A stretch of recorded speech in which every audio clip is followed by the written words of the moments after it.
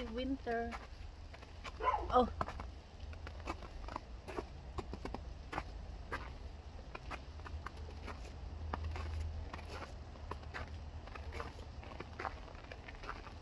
Oh.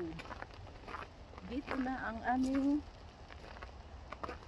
snow blower. Ayan. Wow.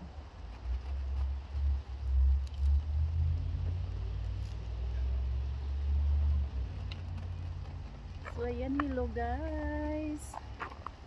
Ayan. Ang ating unang snow.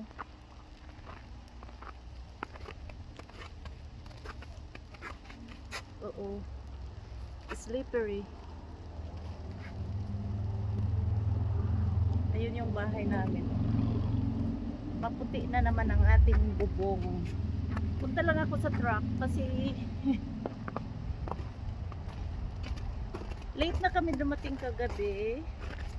Daling sa sa hockey game. Ngayon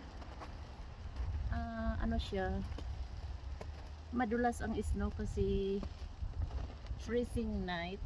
Kaya pag nasa snow na kami, snow zone. Mayroong doon, chain control. Gapang tayo, gapang. May chain control doon, yung mga hindi 4x4 na sasakyan.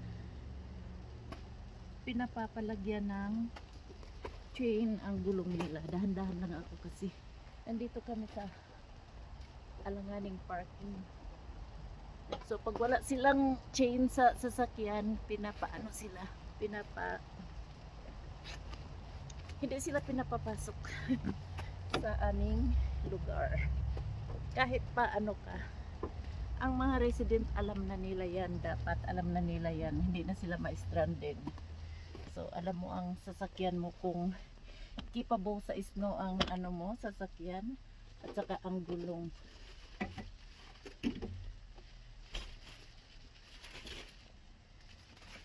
So kami kasi 4x4 ang aming sasakyan. Kaya hindi na kami pinapara ng Caltrans. So si Caltrans ay sila yung California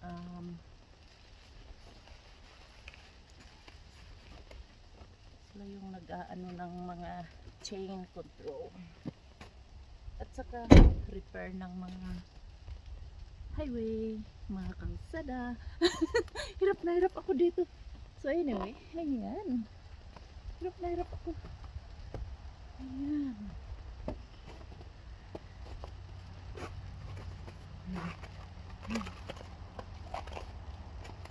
So medyo na siya, natutunaw na.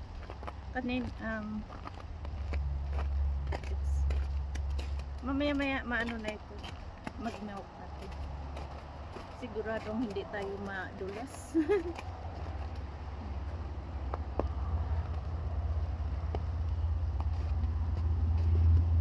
Hindi kasi flat ang lugar namin guys, kaya mahirap kapag may snow. Mahirap lumakad. So, ayun. Puto-puto lang ating ulo kasi mas ako sa aking dinadaanan. Focus. So, pasensyahan niyo na ako ha.